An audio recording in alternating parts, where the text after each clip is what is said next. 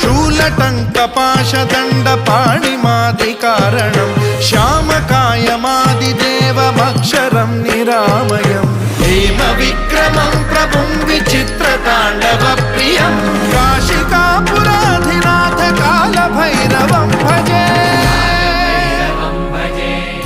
मुक्तिदायकं प्रशस्तचारु विग्रहं भक्तवत्सलं स्थितं समस्तलोकविग्रहं विनिक्वणं